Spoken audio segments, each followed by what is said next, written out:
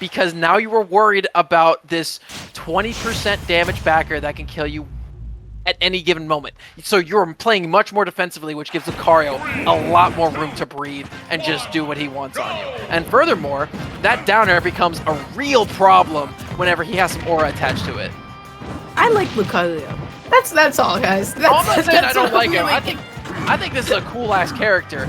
My main gripe is the fact that he becomes really overtuned at a certain point if you can't close out the stocks. But hey, you're playing against JCG, K-Rool. This is a character who knows a thing or two about closing stocks early. Oh, go on. No, I'm just reacting to the initial wave of like how the TheGamingLucario is approaching this matchup early on. You need to be able to smother K-Rool. That was an amazing counter read by just having Aura Sphere charged up. It's such a clean bait. Could have confirmed it to back air there, by the way, but just wasn't ready for the falling fair to connect. The card's broken. I felt a little menace in that little detail, that little note that you added. That dash attack is going to be able to do it. JCG going to go out very slightly in the stock count at this point. Now the question is, how is the TheGamingLucario going to close this one out? Tries to dash in there. I think I saw the startup animation of side B. Maybe to try and catch JCG shielding. JCG double jumping nicely and safely over the Aura Sphere and slowly starting to get a bit of extra credit with this lead.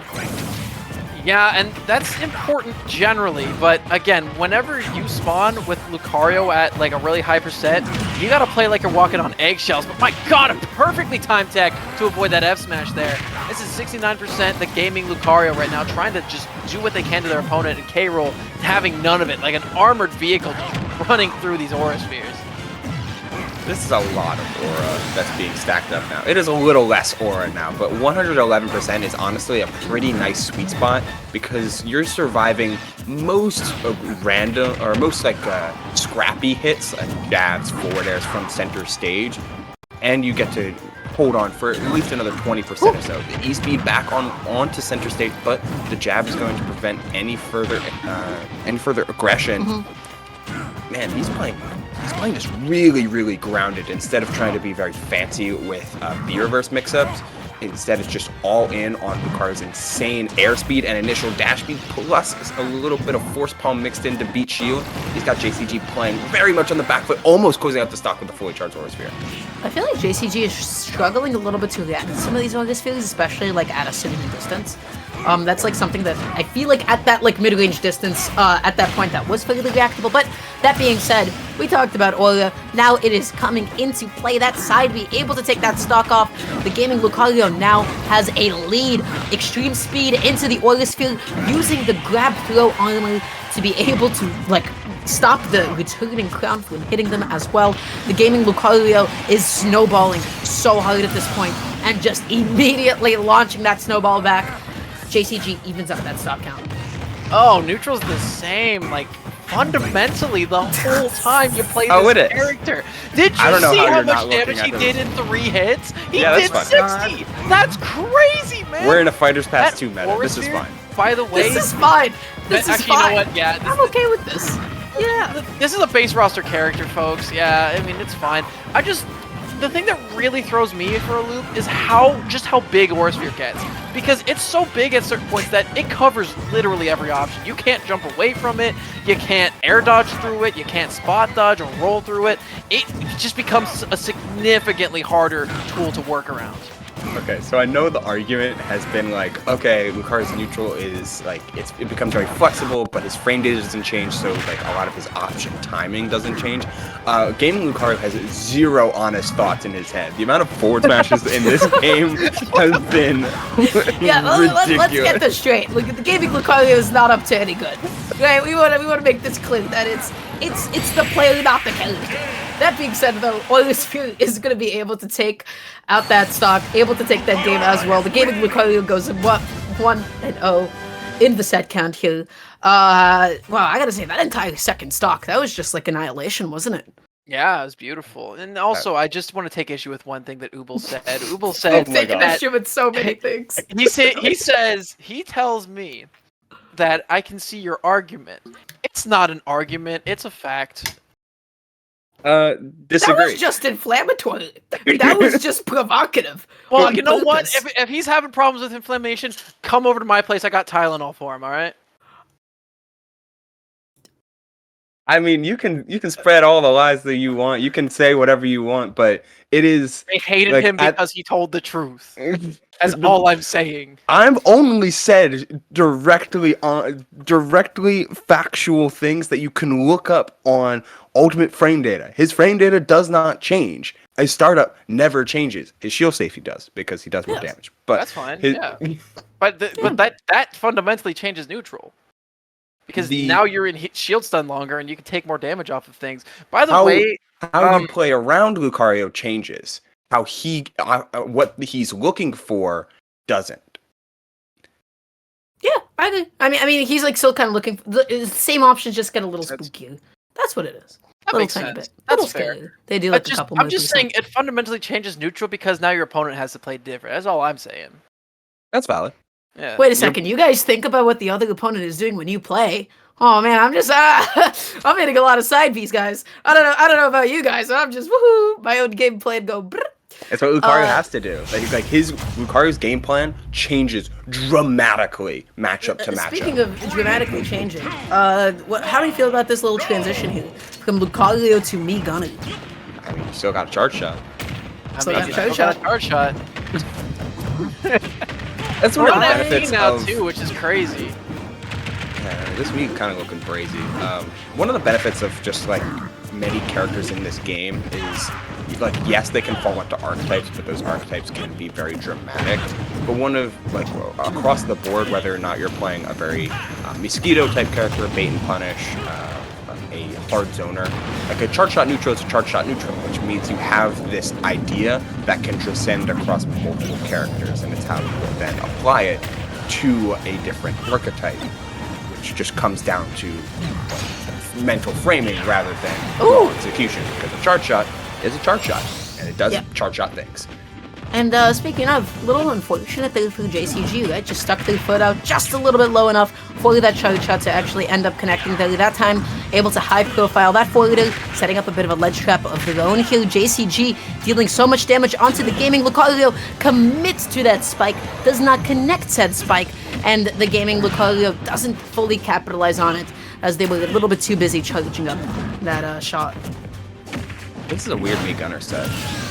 Yeah, I'm not used to seeing stealth shot very often, but again, it's not a bad move per se. It's just not common. Again, it's something you need to play around, because if you don't play around it, it's essentially a Din's Fire in terms of its knockback, like a fully charged Din's Fire. So it'll blow up on you, it'll take a ton of damage, and I don't know why he went for that uppie there, but he nearly got hit by that blunderbuss cannonball. Yeah, I mean, the set, right, is the launching up B, which doesn't have hitbox but does go the farthest vertically, though at the cost of horizontal movement. Stealth Blast, which is far from bad. Charge Shot, which is pretty standard. And then Reflect, which doesn't offer much movement properties. It's only useful against exactly other projectiles, and you relinquish any other of your zoning capabilities. So this is almost like you're playing a mid-range me gunner. Like, all right. Yeah. No, absolutely. I gotta say though, I'm not loving some of these offstage commitments from Jcg. I feel like we've been consistently seeing them like jump off stage and go for edge guard with down and of all buttons instead of like lingering forward, and maybe like a neutral sometimes as well. And as a result, because of how heavily they're committing to it every single time, the same situation has repeated itself. History has repeated itself. Jcg committed to a spike, missed. The Gaming Lucario killed them for it. Happened a couple of times. Yeah, but then again, if he got that spike, we'd be singing his praises right now, wouldn't we? Alas, those spikes did not connect. Yes, so now we are making fun of him. Okay, excuse me. That's what I am commentators making fun of him. Yeah, that's it. That's part of the job description. Yep. I mean, you gotta be careful though, because of how this is operating. Like, Jcg has been taking a lot of damage and missing a ton of edge guards, but the game is still extraordinarily even. That charge shot's going to just bridge the gap over 80% for this Gaming Lucario. I mean, We're getting really down to the wire here, and all you need is one, Dara, in order to make like sure an idiot. that I you can't seal lie. the game. I feel a little silly. I had like this whole speech about like, hey, you know, sometimes it's all about those like non-committal options, about keeping your feet planted on the stage. And then JCG won. So I am tonight's biggest loser. In fact, JCG going to be going up 1-1 in the total game count here. Finally, that spike commitment, it did end up paying off, right? It finally did what it was supposed to. And the gaming Lucario wasn't so much gaming on that last stock. So going into the next game, honestly, I'm not entirely sure why they did end up switching off to Migana. It seemed like the Lucario was actually doing pretty good. In fact, it might have been like something to do with the stage. Migana is fairly alright on FD when you don't have a lot of ways to get off of that ledge. But it was surprising to see a Migana without grenade. That is fairly atypical these days. Right. You know what, though? I'll say one thing, Dara. I don't think you're tonight's biggest loser. I think tonight's biggest loser is Game 2, the Gaming Lucario. Because, you know, these things happen. You lose games, but you got to bounce back into it. I think that's a good point, though, on the stage pick, just because, you know, Lucario tends to really like to weave around these platforms with their movement, their aura spheres. And on top of that, they really, really like to shark and play off their combos like that.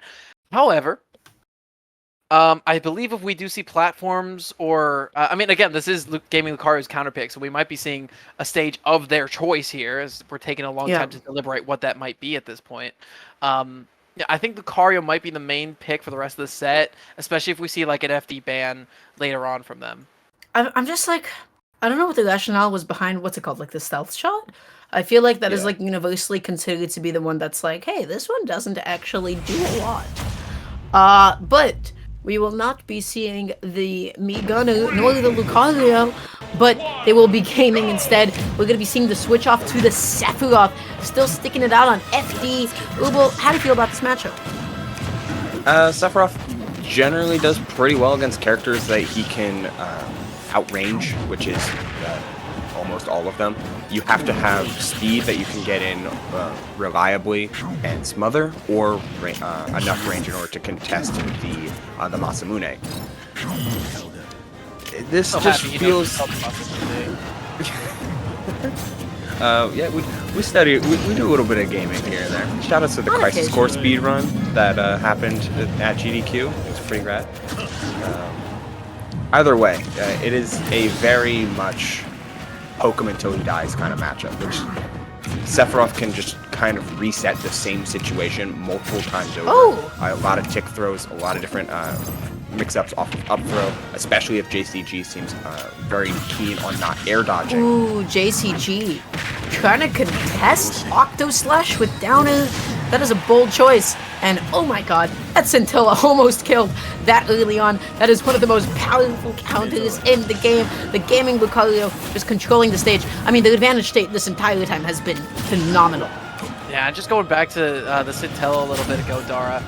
With the exception of countering projectiles, that is far and away the strongest counter in the game, particularly when you have the boost that Wing brings to the table as well. So, yeah, making good use of that in a matchup against a character who, specifically like K-Rool, does so much damage is quite impactful. Oh, yeah. I like the transition to up air off of the up throw, by the way. It was up throw nair was not true at that percent. And most of the time, JCG has been doing a lot of jumps out of disadvantage to do like double jump and then fast fall in nair. But the up air catches that because Sephiroth's up air is legitimately huge, and you can get the auto cancel window. It's a win-win for everything. I also just want to call out this little bit of matchup knowledge that the Gaming Lucario has.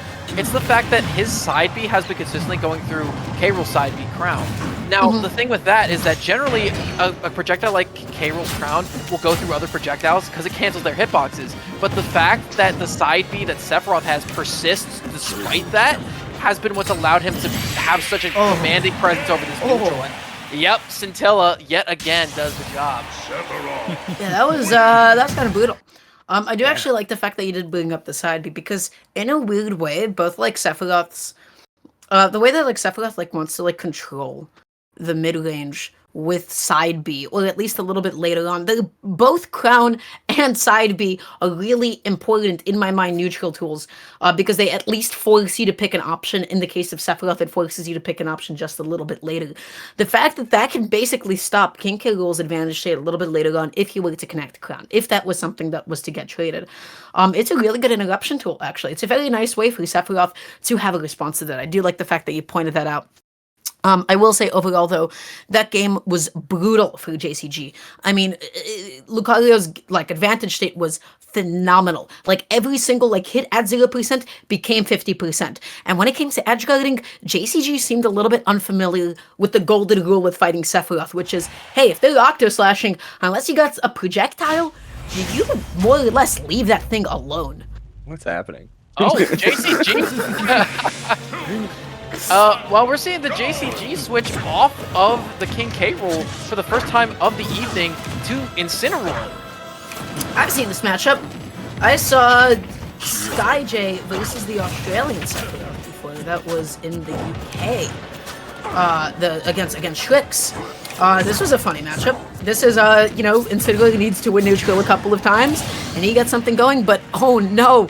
Even the very edge of the back hill was able to connect and take off that stock. The Gaming Lucario has a massive lead.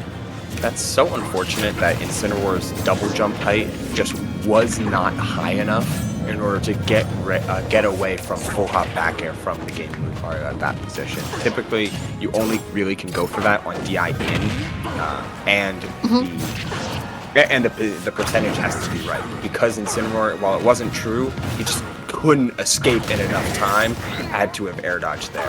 There is no counterplay when he was super heavy. But oh no, unfortunately, the Alolan Whip going to be sending it a wrong direction. And all of a sudden, whoa, dashing in, dashing out, able to get that F smash as well. But Gaming Lucario's up 3 stocks to 1 and isn't slowing down anytime soon. Yeah, this is where the lack of platforms of FD really tend to, make you struggle against sword characters, because you have a really hard time weaving around those wide arcs. And there's the F smash to punish. Okay, a good punish from JCG. Not out of this thing just yet. However, the Gaming Lucario is looking to put an exclamation mark on this. And, okay, hang on, it's not over yet. That would have been in time to go for the Octo Slash. I think if you got the side hitbox, that would have taken it off the side. But alas, Jcg54 was not able to make it back onto the stage. The up B didn't snap onto the legend. That is going to be the Gaming Lucario winning Losers Finals and moving on to Losers side of Grand Finals in a fairly convincing Sephiroth sweep. A little bit of adjustment. Lucario went okay, Migana not so okay. Sephiroth, mwah.